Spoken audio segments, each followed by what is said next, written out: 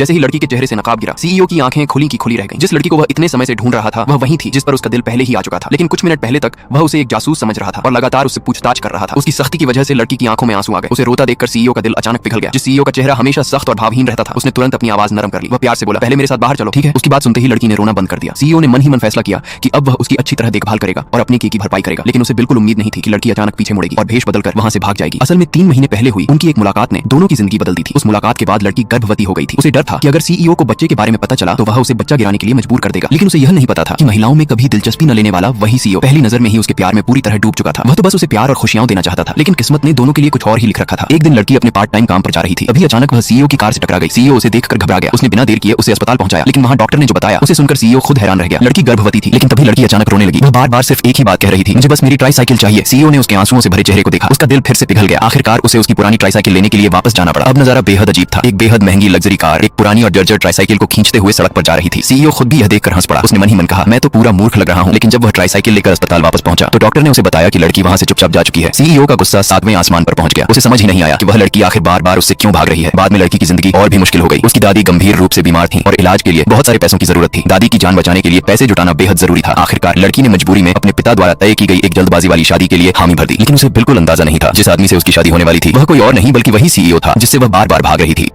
आगे क्या हुआ जानने के लिए कमेंट में पार्ट 2 लिखें। चैनल को लाइक और सब्सक्राइब करें। धन्यवाद।